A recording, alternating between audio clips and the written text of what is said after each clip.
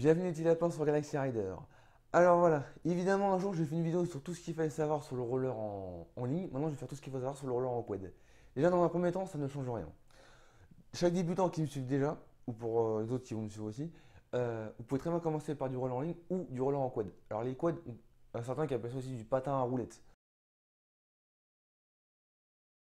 Donc voilà, ça c'est vous qui voyez. En ligne on appelle ça en ligne parce que les roues sont alignées et en quad, je l'ai certainement déjà dit, et en quad on appelle ça du quad parce que les roues sont alignées comme les petits quads à moteur qu'on voit très rarement sur la route. Alors,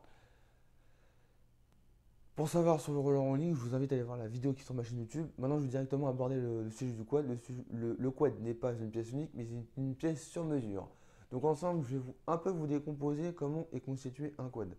Alors, l'erreur bien sûr aussi à éviter, parce que je veux aussi parler d'une erreur à éviter, quand vous voyez des quads dans un magasin, vous commencez, etc., c'est la même chose que le roller en ligne. Il ne faut pas vous fier à une apparence de style ou de prix. Ça, vous n'êtes pas obligé de mettre plus de 100 euros dans un quad, dans un roller quad, parce que vous voulez commencer. Vous pouvez très bien commencer par des rollers qui sont à Gosport ou à Decathlon pour pouvoir commencer à faire du roller. Le quad, c'est encore bien plus différent. Je ne vais pas décomposer du quad pour la vitesse, etc. Parce que c'est à peu près, les quads se ressemblent tous. Après, c'est en fonction de la platine. Parce qu'il y a des platines en titane, il y a des platines en platine, il y en a aussi en fonte, il y en a en acier, etc. Ça dépend de la qualité-prix parce qu'il y a des platines qui sont plus solides ou moins solides que d'autres. Donc déjà pour commencer, le roller quad, généralement, ce qu'on conseille toujours, enfin pas pour les débutants, pas pour ceux qui achètent des quads dans les magasins, bien évidemment, ils vont acheter des quads pas chers qui sont déjà montés en pièces uniques. Mais pour ceux, par exemple, ou alors en pièces uniques, mais généralement, comme il manque un élément, et que je verrai un peu plus tard, il y a des trucs à bricoler. Alors déjà, le quad, en décomposant ça, c'est constitué de quoi? Il y a soit une basket préférée, votre basket de votre choix avec une semelle ordinaire,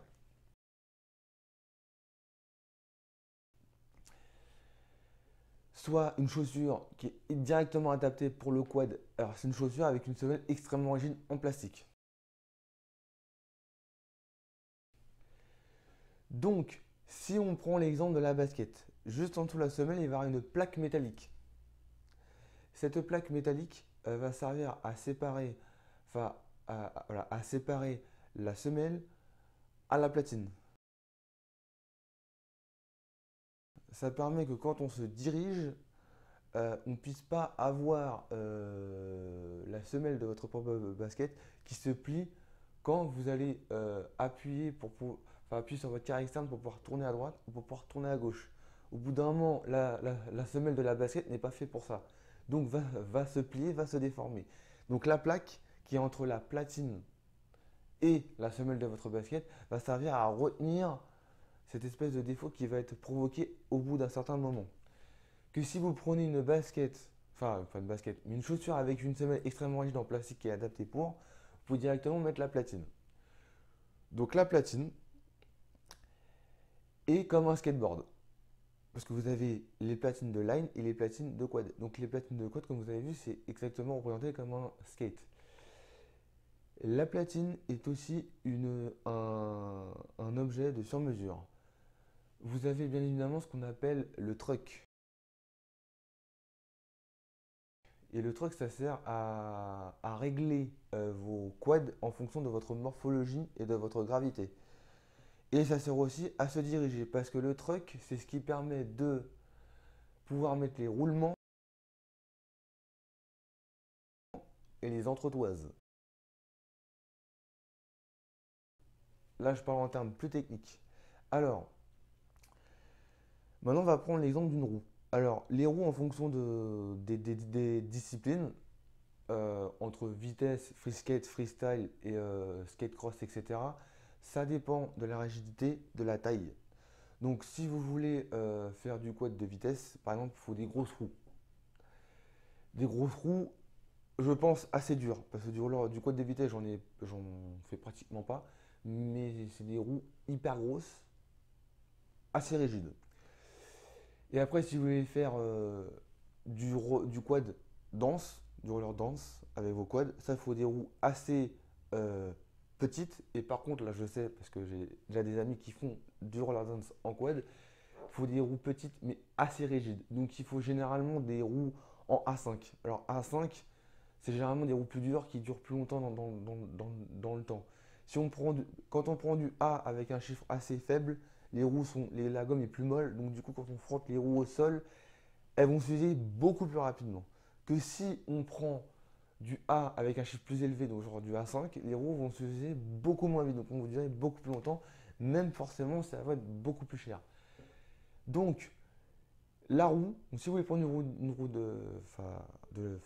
si vous voulez faire de la vitesse, il faut prendre une roue grosse et rétrécir les tailles en fonction de la discipline que vous voulez faire.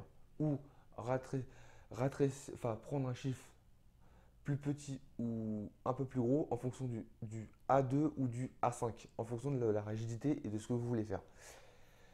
Donc la roue du quad, à l'intérieur, c'est constitué, comme vous avez vu, enfin comme vous voyez quand vous démontez une roue, d'un roulement. Et dans le roulement, il y a une entretoise. Alors, en fonction des marques, les entretoises, les formes qu'elles ont, ça dépend. Donc l'entretoise qui est à l'intérieur de la roue et sur les côtés, il y a les roulements. Et donc, on enfile ce dispositif dans le truck et après, on visse avec généralement un écrou à joint qui permet de régler en fonction de ce que la roue va faire comme vitesse, ce qu'on veut qu'elle fasse comme vitesse. Mais généralement, si vous ne mettez pas l'entretoise à l'intérieur, il faudra prendre ce genre d'écrou. Si vous mettez une entretoise à l'intérieur, bien évidemment, le rôle de l'entretoise, c'est quand on serre, ça puisse retenir les roulements pour pas qu'ils se rapprochent trop à l'intérieur. Donc voilà, globalement, comment est constitué d'un quad. Entre la basket, la plaque, la platine, euh, l'entretoise, le truck, la roue et les roulements, voilà comment est constitué un quad. Maintenant, le sujet que je voulais aborder bien évidemment, c'est quand les parents vous achètent des rollers à vos enfants, il y a un truc que vous n'êtes peut-être pas forcément au courant. C'est quand vous achetez un quad à Decathlon, et là je vais venir dessus sur la plaque que je vous ai parlé tout à l'heure. Généralement, vous voyez des baskets fixées sur des platines. Ce qu'il faut faire très généralement, bien évidemment, c'est essayer, enfin moi c'est ce que je conseillerais de faire, essayer de bricoler le quad en démontant la platine de la basket, ça c'est ce que vous pouvez faire, de mettre la plaque qui manque pour pouvoir tout remonter après. Et ça permet à ce que le quad dure beaucoup plus longtemps.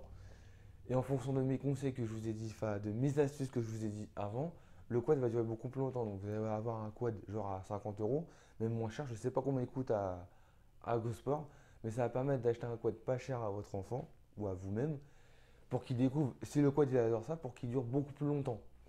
Parce que bien évidemment, après, sur la discipline qu'il faudra faire, il faudra bien sûr investir sur des quads plus légers, etc.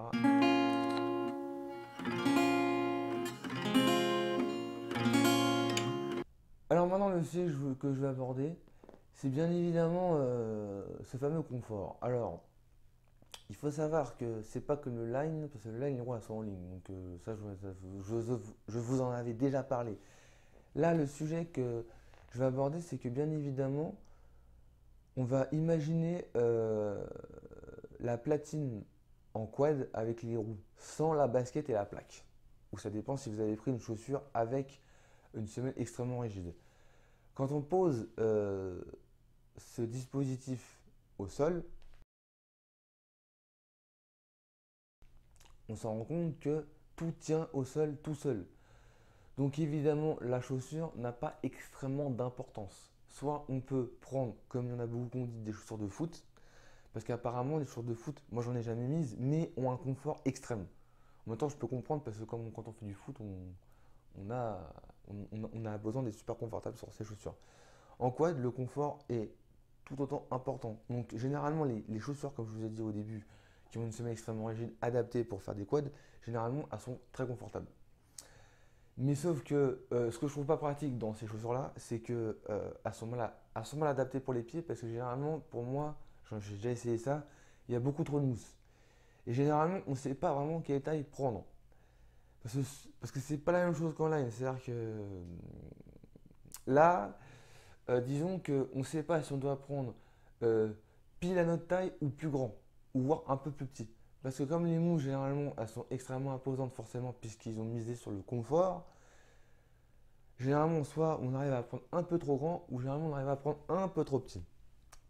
Donc, alors bien évidemment, quand on essaie s'il y en a qui souhaitent prendre des chaussures adaptées pour les quads, qui prennent leur temps surtout à, comme je l'avais déjà dit, mais qui prennent vraiment leur temps sur le quad à apprendre, à faire essayer le quad bien et à faire plusieurs tours dans les magasins dans lesquels ils vont les prendre. Et surtout d'essayer d'appliquer, bien évidemment, entre le quart externe et le quart interne ou le quart neutre, même si bien évidemment, ça je vais aborder le sujet un peu plus tard, les trucks ne sont pas forcément réglés à votre morphologie. Ça, j'expliquerai ça. Je vais y venir sur le sujet. Mais là, je parle en termes de confort au niveau du pied. Il faut bien évidemment prendre son temps sur la façon dont on va appliquer sa direction et son quart. Si les quads, enfin si les pieds à l'intérieur ne nagent pas ou nagent. Si vous êtes bien maintenu ou pas bien maintenu. Si par exemple vous prenez des chaussures simples basses, bien évidemment la malléole et votre tibia ne sera pas maintenu par une sorte de spoiler comme on dit. Là, bon, bien évidemment, ça ne va pas vous déséquilibrer puisque vous avez une platine en quad, parce que vous avez des rollers quad. Il faut bien prendre son temps si vous voulez avoir la malléole tenue, le tibia tenu par une sorte de spoiler ou pas. Parce que bien évidemment, il y en a qui prennent des baskets montantes.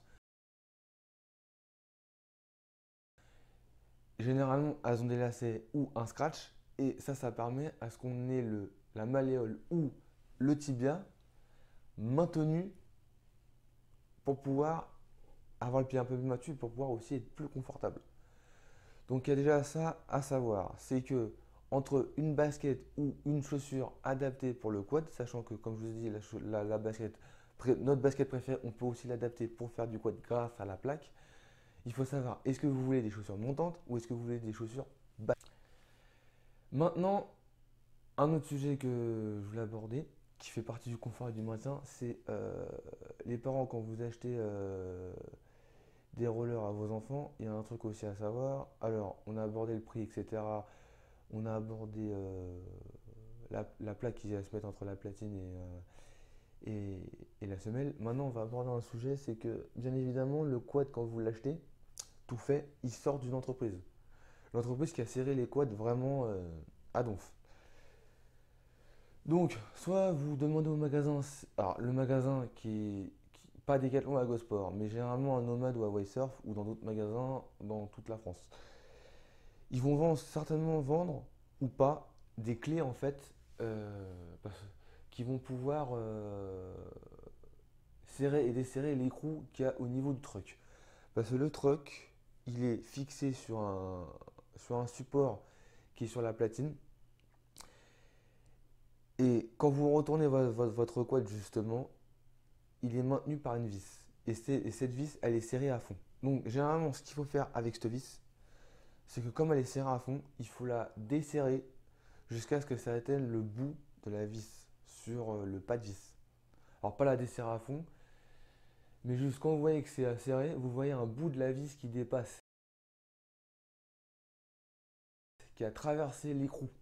Donc ça c'est pas bon. Il faut dévisser la vis jusqu'à ce que ce bout rentre à l'intérieur, enfin rentre grâce au pas de vis que vous avez dévissé sur l'écrou et que l'écrou soit au même niveau que ce bout de vis qui permettent à ce que le quad, quand vous prenez les roues et les baskets en même temps, vous puissiez manipuler facilement enfin, vous puissiez manipuler facilement la petite bascule. Ça signifie que quand vous voyez entre le truck et la platine un espèce de caoutchouc qui permet de bien gérer sa direction et l'écart, quand vous voyez que c'est serré, c'est que c'est pas normal. L'entreprise l'a serré parce que ils ont mis un roller neutre qui va servir qui va servir pour quelqu'un qui va l'adapter. Donc comme c'est un peu trop serré, il faut desserrer ça. Ça permet de gérer plus la bascule au niveau de la direction quand vous allez tourner à droite, tourner à gauche et faire votre quart interne, votre quart externe, enfin votre quart externe, votre quart interne et votre quart neutre. Ça va permettre plus de manipulation, de maniabilité. Et là, vous allez voir que entre une vis en dessous, la platine serrée et une vis adaptée, enfin qui est desserrée et adaptée en fonction de la morphologie de votre enfant, mais ça, il n'y a que vous qui il y a que votre propre enfant qui pourra vous le dire. Vous verrez que quand il sera sur ses quads, quand il sera debout sur ses quads, il pourra plus facilement manipuler ses quads et tourner bien correctement, bien appliquer son cœur, il aura plus de manipulation, de maniabilité et beaucoup plus de confort. Donc voilà le truc qu'il y avait à savoir en fonction de ça. Alors bien évidemment, je ferai une playlist, là j'ai un peu illustré dans le vide pour vous expliquer avec des images, parce que c'est une vidéo d'astuces roller, mais je ferai une autre playlist bien évidemment parce que je suis bricoleur, donc ça je m'y connais assez bien. Et j'expliquerai dans une vidéo de bricolage comment évidemment on fait là de beaucoup plus détaillé et je laisserai un peu parler mon côté bricoleur. Voilà ce qu'il y avait à savoir sur le roller quad. Donc évidemment, euh,